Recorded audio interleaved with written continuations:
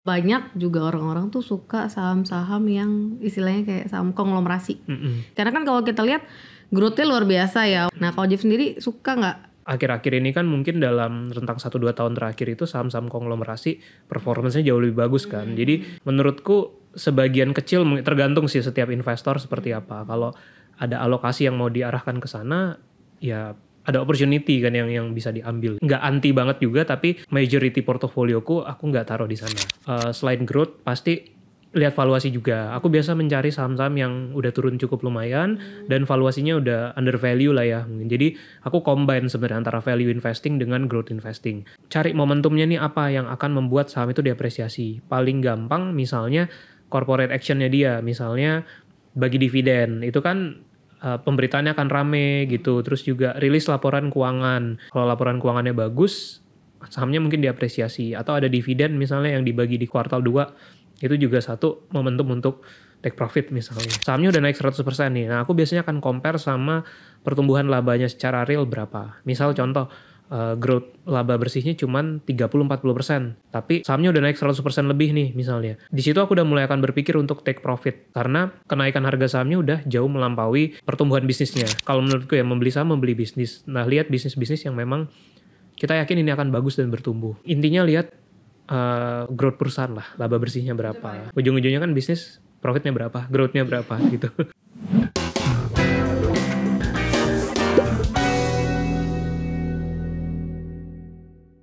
Hai Kak Visto, bertemu lagi di Invest Talk, all about investment bersama saya Sandra.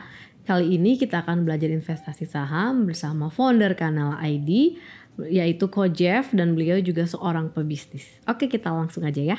Hai Ko Jeff. Halo Kak Sandra. Apa kabar? Baik. Kabar baik, thank you. Iya, dahsyat. Oke, kita langsung aja Ko ya. Di sini teman-teman sini tuh pada suka nonton investasi tuh karena pengen belajar investasi terus-terusan, terutama di saham. Nah ini kan Ko Jeff udah lama ya di saham ya. Boleh nggak share sedikit nih Ko pengalamannya sebelum terjun ya, backgroundnya diceritakan sedikit lah seperti itu. Kalau background sebenarnya aku nggak langsung murni terjun ke saham. Jadi backgroundku di bidang digital marketing, background pekerjaannya dulu SEO strategis, terus kemudian menjadi digital sales, digital marketing. Jadi background pekerjaannya digital marketing dan penulis buku juga. Jadi awal mulanya itu aku menulis buku sejak tahun 2012. Itu zaman waktu masih SMA.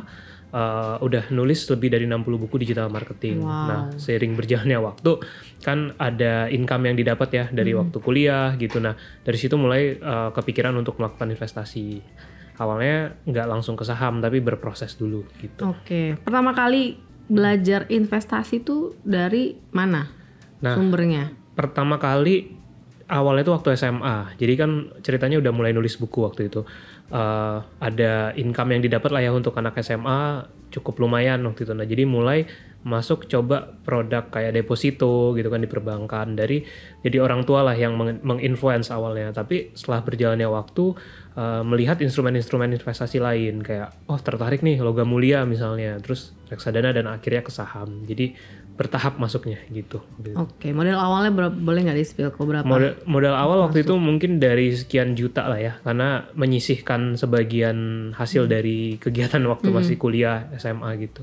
Oke. Itu tiap bulan atau sekali setor aja? Awalnya sekali setor, tapi kan ada pemasukan rutin, jadi bisa dilakukan setiap bulan juga. Oke. Saham pertama apa nih? Saham pertama KLBF, KLB Pharma. Oh, biasanya orang-orang saham BCA ya. Ini KLBF. Jadi belinya waktu itu consumer pertama. Oke. Kenapa memilih tuh KLBF? Apa yang dilihat dari si saham KLBF itu? Jadi dulu waktu aku kan masuk saham tuh 2018. Pertama kali kalau kita belajar saham kan sering denger, beli perusahaan yang produknya kita pakai sehari-hari. Nah, Kalbe ini kan produknya consumer ya, jadi sering muncul di TV lah. Jadi kayak, keinget nih produknya ini dari Kalbe gitu. Akhirnya penasaran dan mulai beli dari situ. Tapi selain kan waktu beli saham pertama nggak cuma satu saham kan, ada saham-saham lain yang masuk ke banking juga waktu itu. Oke. Terus akhirnya setelah dapat duit rutin taruh di Kalbe sama banking. Nah, setelah berjalannya waktu ya mungkin karena kan masuknya barengan tuh di Mei 2018. Aku lihat setelah jalan 1-2 bulan kok pattern pergerakannya mulai kelihatan nih. Ada yang menarik ya gitu, misalnya ada yang sideways akhirnya dikerucutkan lah portofolionya jadi lebih banyak ke banking. Jadi nggak lama sih pegang consumer waktu itu. Berapa lama tuh kalau boleh tahu? Hitungan bulan sih, nggak ada 6 bulan. Jadi setelah dilihat kan laporan keuangan rilis setiap 3 bulan ya, jadi kita bisa lihat progres bisnisnya juga kan, growth laba bersih berapa gitu. Berarti awalnya tuh lebih ke invest ya, bukan ke trading. Betul, ya? lebih ke invest. Oke, dan setelah pertama kali investasi saham, terus butuh waktu berapa lama tuh sampai akhir sekarang kan full investor ya, jadi fully waktunya tuh bener-bener untuk investasi ya sekarang ya? Iya, bisnis dan investasi. Berapa lama tuh waktunya? Untuk full dari pertama kali invest di KLBF sampai sekarang itu apa sih, masih kerja ya dulu ya? Dulu ya lulus kuliah kerja dulu beberapa tahun, terus baru sekarang udah fokus di bisnis sendiri. Itu kalau dihitung masuk saham 2018, sekarang full bisnis sendiri 2024 akhir ya, 2020. Jadi 7 tahunan lah di waktu itu. Jadi butuh waktu 7 tahun sebagai full time investor ya.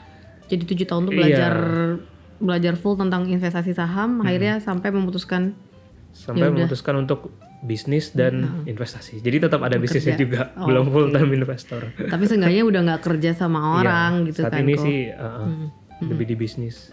Oke, ngomong-ngomong investasi apalagi fundamental saham nih ya. Setelah boleh kali-kali dikasih spill ya Ko Jeff ya. Setelah mempelajari setelah kian lama, apa sih yang pertama Ko Jeff lihat gitu sebelum memutuskan untuk membeli saham A gitu atau saham B? Kalau yang aku lihat sebenarnya pertama profitabilitas perusahaan dulu. Jadi memastikan perusahaan ini profit dan konsisten. Nah, setelah dia memenuhi syarat profit, growth perusahaannya yang aku lihat. Jadi pertumbuhan laba bersih. Mungkin dulu kalau awal-awal itu kayaknya lebih tertarik ya sama saham-saham mungkin yang udah dikenal blue chip gitu. Profitnya udah triliunan setahun, tapi makin lama dipelajari, aku menyadari bahwa faktor growth itu juga penting, pertumbuhan laba bersih. Jadi kalau ditanya apa yang paling penting, menurutku growth laba bersih sih. Prospek growth perusahaannya itu ke depannya seperti apa gitu. Oke, dan ada nggak satu saham yang Ko Jeff lihat tapi di keep sampai sekarang tuh? BCA, itu aku dari 2018 masih pegang sampai hari sampai ini. Sekarang. Iya. Terus ini nggak kok? Terus top beli. up? Iya rutin, tapi nggak setiap bulan. Jadi kalau lagi koreksi-koreksi gede nih kayak di akhir kuartal 4 2024 kan lumayan turun ya market. Nah itu beli agak lebih banyak gitu. Jadi 8 tahun, mungkin sekarang tahun ke-7 lah ya. Jadi dulu ngalamin BCA sebelum stock split itu, dulu kan dia terakhir stock split 2021. Waktu itu harganya mungkin di range 20 ribuan. Jadi kalau di adjust stock split, awal startnya mungkin average di 4.000-5.000 lah. Tapi bertahap kan naik average-nya gitu.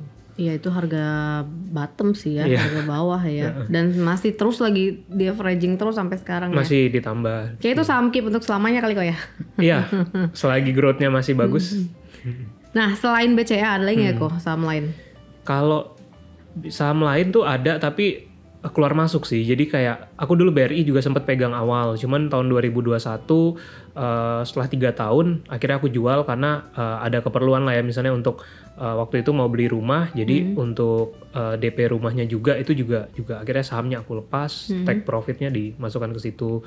Kalau yang benar-benar dipegang sih BCA sejauh ini. Berarti BRI udah nggak hold sama sekali ya? Waktu itu sempat nggak hold, akhir 2024 masuk lagi. Waktu koreksi-koreksi yang terjadi ini. Yang lagi turun-turunnya. Turun-turunnya itu masuk lagi. Berarti yang rutin masih averaging itu hanya BCA iya. gitu. Yang lain masih? Ada juga saham yang aku udah keep cukup lama tuh BJTM misalnya. Itu dari 2019.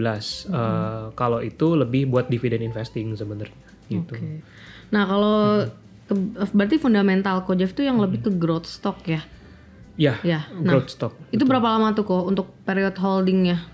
Kalau growth stock itu aku biasanya lihat laporan keuangan 1 tahun lah full ya. Kalau tiap 3 bulan kan kadang naik turun. Nah tapi lihat 1 tahun, kriterianya kalau misalkan laba bersihnya itu masih tumbuh, misalnya masih bisa tumbuh 10-12% setahun, itu aku masih akan keep. Itu pertamanya dulu. Tapi aku juga lihat valuasi kadang. Kalau misalkan valuasi suatu saham udah dirasa terlalu mahal banget ya, misalnya ya let's say contoh BCA nih, kalau misalnya boleh sebut, kan price earning BCA itu selama ini sekitar 27-28 kan. Nah jadi kalau misalnya sekarang itu 22, 23, nah aku masih terus keep. Tapi kalau misalnya one day tiba-tiba dia jadi 40-45 kali, mungkin aku akan pertimbangkan lah untuk take profit semuanya atau dilepas gitu. Tunggu dia pairnya kembali normal ya. Tapi kalau growth-nya masih kencang ya akan tetap keep terus sahamnya. Iya, karena walaupun pairnya tinggi tapi asalkan growth terus yang penting tetap di keep ya. Asal masih nggak yang terlampau tinggi banget ya. Misalnya pairnya 100 kali gitu ya. Jadi aku menghindari saham seperti itu. Nah, ada sekarang juga banyak juga orang-orang tuh suka saham-saham yang istilahnya kayak saham konglomerasi gitu. Nah, kalau dari Ko Jeff sendiri gimana pandangannya? Tertarik nggak sih atau menarik nggak sih? Karena kan kalau kita lihat growth-nya luar biasa ya, walaupun pairnya udah juga kemana-mana. Nah, Ko Jeff sendiri suka nggak kalau dilihat dari kalau di pribadi portofolio aku lihatnya mungkin ya untuk fully invest ke sana aku nggak gitu, tapi ada sekian persen yang masuk juga ke situ karena kan lagi-lagi kalau growth ya pasti kita akan lihat return juga. Nah, akhir-akhir ini kan mungkin dalam rentang 1-2 tahun terakhir itu saham-saham konglomerasi performance-nya jauh lebih bagus kan. Jadi menurutku sebagian kecil, tergantung sih setiap investor seperti apa. Kalau ada alokasi yang mau diarahkan ke sana, ya ada opportunity kan yang bisa diambil gitu.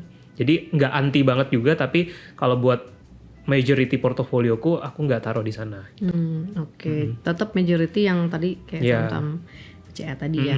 Oke. Berarti sebenarnya kayak program bursa nabung saham tuh bisa ya? Iya. Yang tiap bulan kita rutin atau setiap dia turun. Tapi mungkin sahamnya harus kita pilih benar-benar gitu dong kok. Pilih betul-betul. Karena kalau misalnya lagi-lagi growth-nya terbatas nih atau udah turun. Nah, ini rentan penurunan harga saham. Kan kita kalau lihat market cukup udah banyak lah ya emiten-emiten yang labanya lagi trennya menurun, itu harga sahamnya turunnya bisa sekian puluh persen dalam berapa tahun, kan itu cukup ya kurang bagus ya returnnya gitu. Oke, yang sekarang kita kembali flashback dulu ya. Waktu perjalanan investasi Ko Jeff nih, ada nggak pasti sukanya ada dan dukanya nih? Apa tuh? Apakah tantangan terbesarnya apa nih? Apa pernah rugi kah sampai berapa persen? Kalau rugi pasti ada, tapi nggak yang gimana ya, yang maksudnya sampai nyangkut banget enggak gitu. Tapi ada beberapa saham-saham yang memang aku sempat pegang mengalami kerugian lah, baik yang floating loss ataupun yang akhirnya aku cut loss sudah lepas gitu. Itu ada beberapa gitu. Mungkin kalau boleh di-share ya di sini, kayak dulu aku sempat masuk ke saham rokok misalnya, Sampurna. Nah, itu tahun 2020. Tapi nggak lama, aku pegang hanya beberapa bulan, dapat dividen akhirnya keluar karena kan setiap tahun ya ada kenaikan, hampir setiap tahun ada kenaikan cukai tembakau gitu kan, yang itu menggerus lah profitability dari emitennya itu. Jadi akhirnya exit gitu. Cuman kalau duka ya bukan duka sih, lebih kayak kondisi marketnya kurang kondusif gitu ya. Nah, kayak misalnya nih, contoh aja di kuartal 4 kemarin kan IHSG turun lumayan lah ya, banking, blue chip semua turun. Udah ambil posisi nih, tapi belum balik-balik lagi nih, marketnya belum naik lagi, kan modal capitalnya ketahan ya kalau untuk konteksnya midterm trading gitu. Lebih ke situ sih, kayak pasarnya kapan nih mulai naik lagi biar bisa digerakin lagi uangnya gitu. Jadi momentum nunggunya itu ya? Iya, untuk kalau midterm ya, yang maksudnya lebih ke trading jangka menengah. Tapi kalau long term, di portofolio long term aku nggak terlalu pusing sih, kayak ya udah sideways, nabung rutin aja gitu. Karena tahu sahamnya bagus ya gitu. Dan karena udah menggali ya, jadi punya apa ya, mungkin projection lah kira-kira kapan saham ini tuh performa fundamentalnya akan bagus lagi gitu. Contoh mungkin aku kalau bisa share banking ya, di 2024 ini kan beban bunga itu naik kan, terus pencadangan bank juga banyak yang pada naik. Jadi growth-nya di 2024 agak terbatas. Tapi kan kondisi itu nggak akan berlangsung seterusnya. Pasti suatu saat beban bunganya bisa turun atau beban pencadangannya menurun, growth-nya bagus lagi gitu. Jadi ya ups and down itu pasti terjadi gitu. Itu untuk yang long term.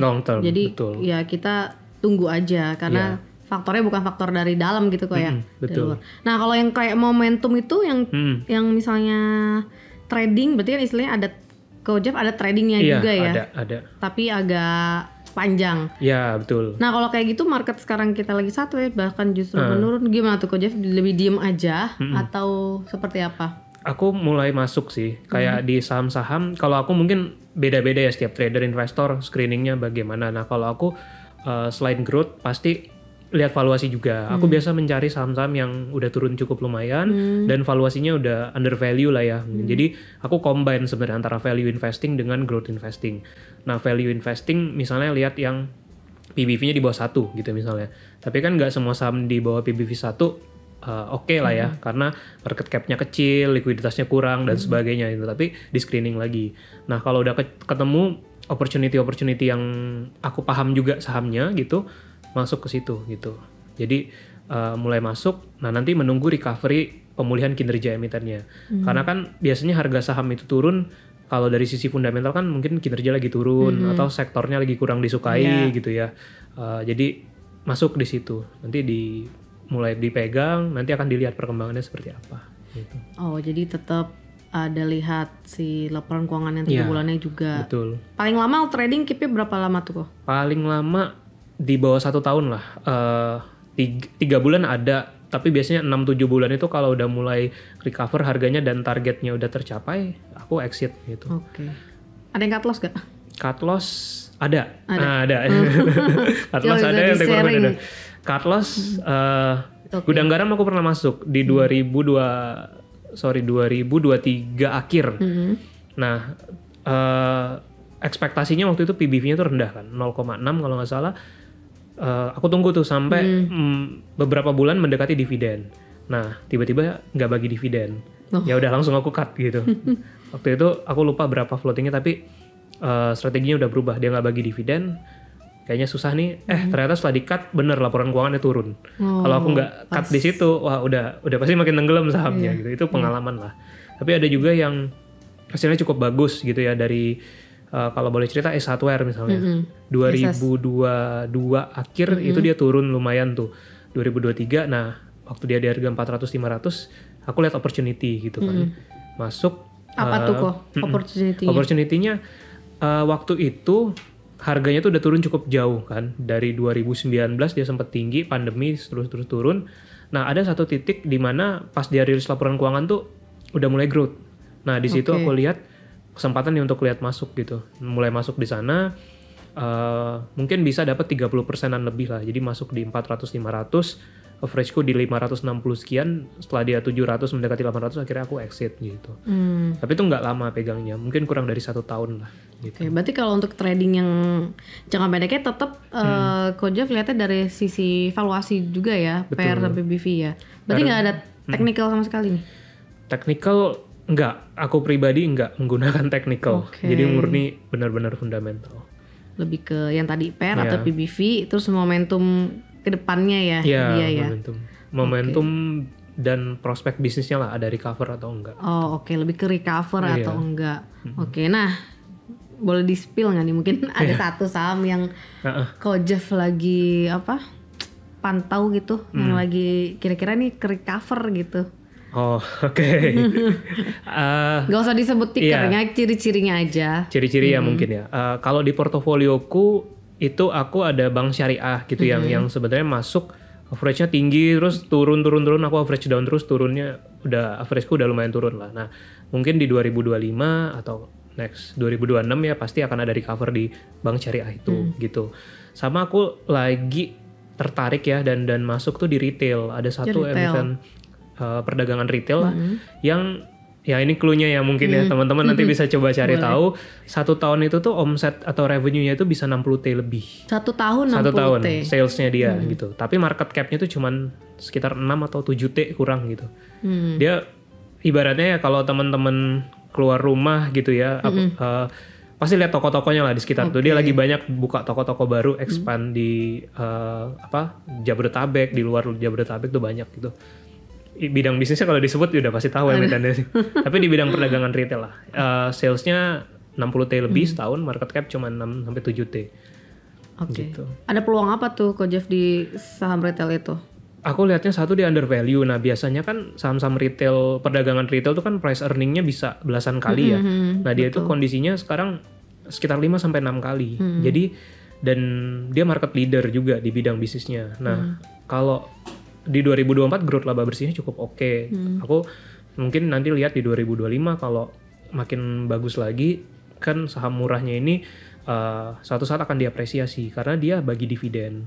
Yield dividennya mungkin 4-5% setahun. Lumayan ya. Iya, jadi valuasi murah, ada dividen, growth bisnisnya dalam berapa tahun terakhir juga masih bertumbuh. Jadi ya aku masuk sih ke situ. Oke. Berarti menurut Ko Jeff di tahun 2025 ini sektor retail juga lumayan akan terapresiasi ya? Kalau keseluruhan sektor aku nggak tahu ya. Aku kan biasa lihat per perusahaan gitu ya. Cuman mungkin beda-beda ya kan, ada PPN yang 11% ya sekarang, yang kemarin sempat seperti itu. Aku nggak bisa perkirakan satu sektor keseluruhan, cuman kalau melihat track record beberapa tahun terakhir di emiten ini atau di emiten-emiten tertentu tuh masih oke gitu. Oke, nah pengen tahu nih Ko, selama Ko Jeff mau trading yang di atas 6 bulan atau investasi saham yang long term, profit terbesar tuh berapa persen Ko yang pernah didapat?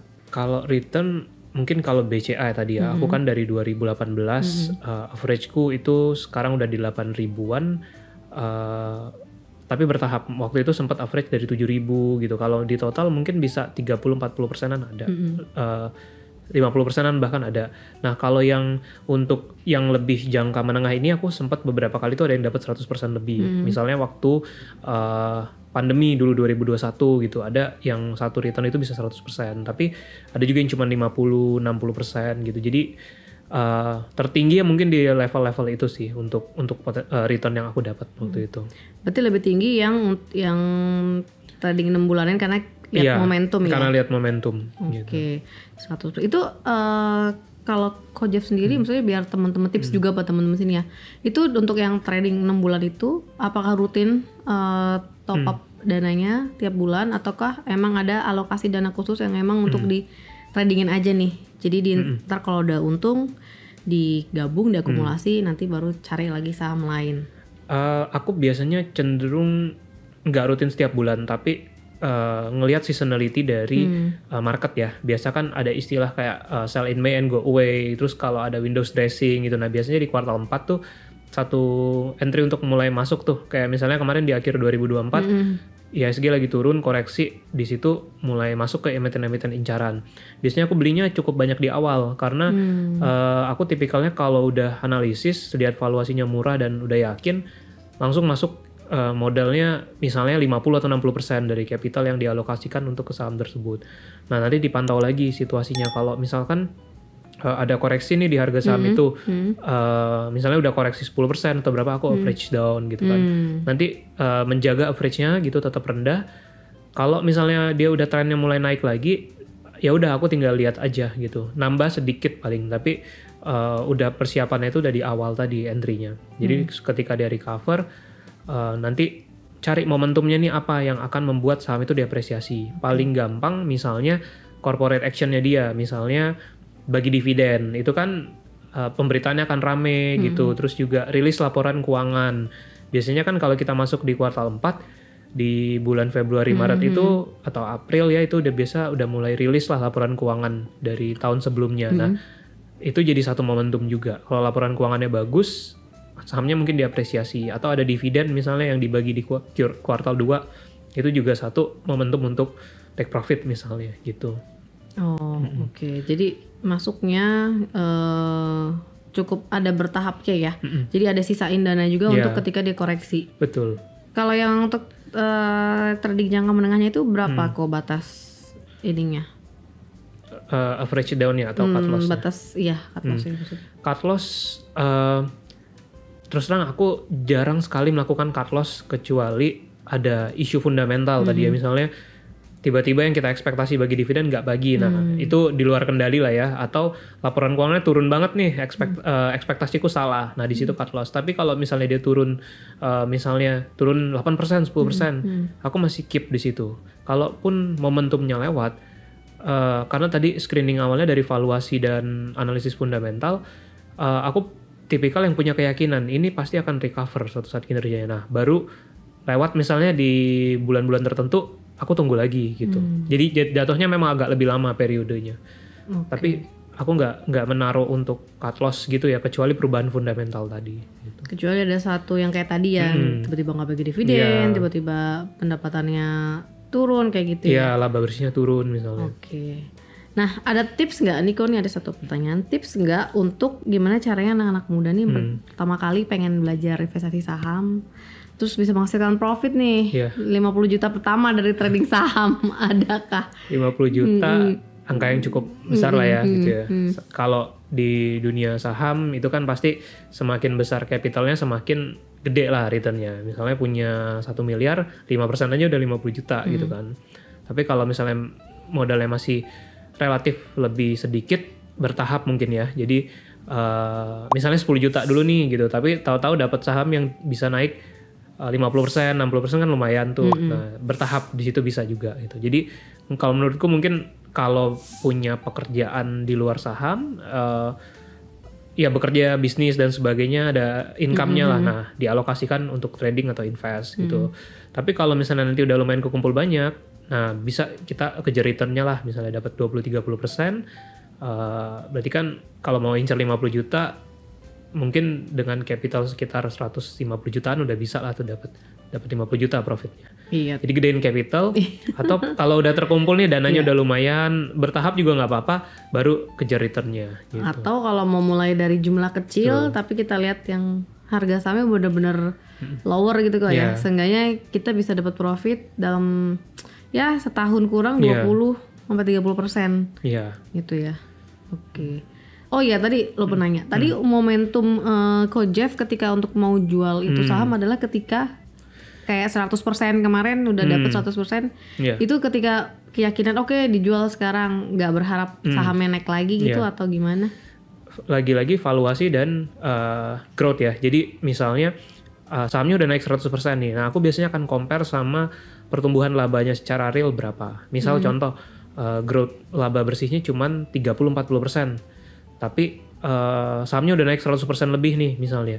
Nah, di situ aku udah mulai akan berpikir untuk take profit, akan dilepas karena kenaikan harga sahamnya udah jauh melampaui pertumbuhan bisnisnya. Nah, di situ aku akan lepas. Atau aku biasanya udah pasang target price-nya waktu sebelum masuk ke satu saham. Contoh misalnya banking lah ya, kita ambil contoh kayak BRI. Nah, waktu BRI ini sekarang kan lagi terkoreksi di akhir 2024 awal 2025, itu kan price earningnya 10 kali, kurang dari 11 kali lah. Nah, normalnya kan dia ini bisa 14-15 kali. Jadi aku pakai acuan itu aja. Kalau dia udah kembali ke target harga wajarnya, aku akan manfaatkan untuk take profit di situ. Iya. Mungkin ini salah satu kali ya yang bisa teman-teman kawan Visos ini pantau ya, BRI ya, itu juga momentum juga kok ya. Turunnya udah banyak ya. Mungkin Coach udah ambil juga kali. Udah ambil duluan. Oke, jadi pertanyaannya sebelum untuk kasih tips nih, ada mau bahas dulu. Coach Jeff ini kan founder Kanala. Ya, di Kanala tuh ada apa sih? Oke, Kanala itu media edukasi untuk investasi saham. Jadi kegiatannya itu ada edukasi melalui YouTube, ada kursus online-nya, webinar secara rutin, dan ada private mentoring-nya juga gitu. Terutama edukasi-edukasi di media sosial. Selain Kanala, aku juga menulis buku investasi saham. Itu ada 2 yang sudah ditulis. Judulnya The Happy Investor dan The Dividend Investor. Jadi memang lebih ke sharing tentang analisis fundamentalnya dan strategi investasinya gitu. Oke, jadi benar-benar di mentor ya di ini. Iya, betul. Jadi kalau teman-teman di sini mau belajar bisa ya? Bisa cek website kanala.id atau di YouTube-nya atau Instagram-nya. Iya, tapi setelah tadi ngobrol juga ternyata Coach Jeff belajar fundamentalnya nggak yang jelimet-jelimet amat kok ya, nggak yang ribet, rumit gitu. Mesti kita lihat segala sisi, kita bedah gitu, nggak ya ternyata kok ya. Paling intinya lihat growth perusahaan lah, laba bersihnya berapa. Itu paling penting ya. Iya, ujung-ujungnya kan bisnis profitnya berapa, growthnya berapa gitu. Iya betul juga sih, benar-benar. Nah Niko, ada nggak tips Niko untuk kawan Visos ini, apalagi yang masih muda-muda, untuk mereka mau memulai investasi saham, apa yang harus dilakukan gitu pertama kali? Oke, mungkin yang pertama kali dilakukan dari sisi personal finance-nya ya, sudah menyisihkan budget lah untuk investasi, karena kalau di saham kan instrumen jangka panjang idealnya gitu kan, paling tidak dana yang memang bisa lah kita simpan untuk jangka cukup lama gitu.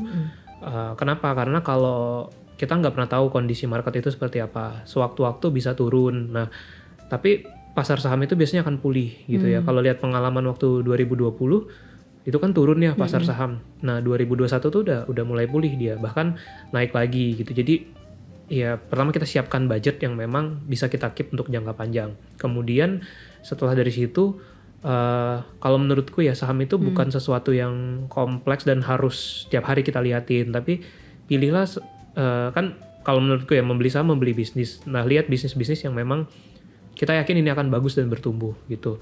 Jadi kalau udah tertarik, bisa mungkin pilih beberapa lah emiten yang mau kita pegang, dipelajari dulu ini bisnisnya tentang apa, dilihat pertumbuhan bisnisnya gimana. Nah dari situ dibeli, dan tentu kalau masih di tahap awal harus mempelajari juga ya, misalnya baik dari sisi fundamental atau teknikalnya ataupun cara-cara yang dipakai oleh investor atau tradernya gitu. Jadi tetap upgrade juga pengetahuan-pengetahuan barunya gitu.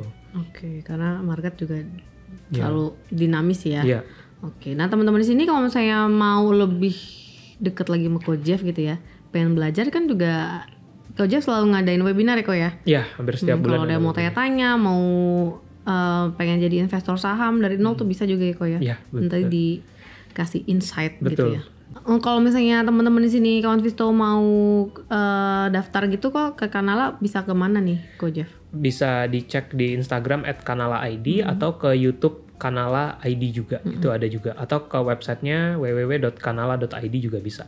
Nah pertanyaan terakhir nih kok, definisi sukses menurut Coach Jeff itu seperti apa? Oke. Ala Coach Jeff nih, biar mungkin jadi inspirasi buat teman-teman di sini.